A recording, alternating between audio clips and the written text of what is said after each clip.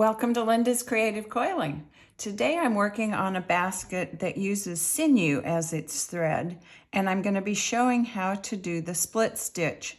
The split stitch is the very first stitch I ever learned, and my teacher really liked sinew, so that's what I learned to coil with. It's kind of an interesting thread. It's a flat thread, and it comes in different materials. It comes in nylon, polypropylene, polyester, and each one has kind of different characteristics.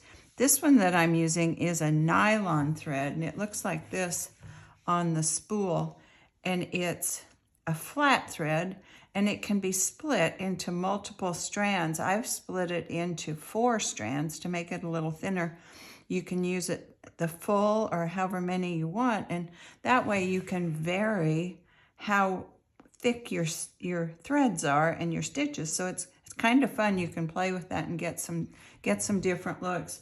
This spool, the yellow, is a polypropylene, and it kind of has different characteristics and doesn't split readily. So the split stitch is kind of an interesting stitch. It's very good if you're doing things like wheat stitches and fern stitches and things where you have to stitch into the center many times. The way you do this is from the back, you put your darning needle right into the center of the thread on the previous row. Put it right into the center and come out right in the center of the same stitch. Come right out in the center. So I'm going from the center of the stitch into the center of the stitch. Pull it through. With sinew, you want to flatten your thread as you go. It's a little more difficult. Oh, I have three strands here. So I go into the center of my thread in the back.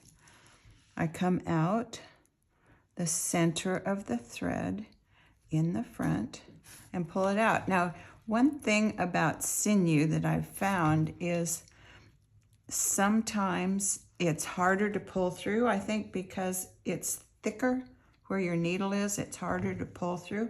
So I use my pliers a lot when I'm using sinew. And when you're pulling with pliers, you want to be careful. I'll do one more and use my pliers. You want to be careful to always pull straight. Don't twist when you're pulling. I've seen many bent darning needles, because if you twist, you're going to bend your needle. So pull really straight when you pull that through. Flatten your thread across the coil. And that's the split stitch. Down here on the yellow, you can see how it's splitting. So I hope you enjoy this stitch and can find ways to use it and incorporate it into your baskets. Thanks for watching. Hi, I'm Linda. Thanks for watching my video. I hope you liked it. If you would like to subscribe to my channel, you can click the subscribe button and ring the bell, and that way you'll be notified next time I post a new video. Hope to see you soon. Thanks a lot.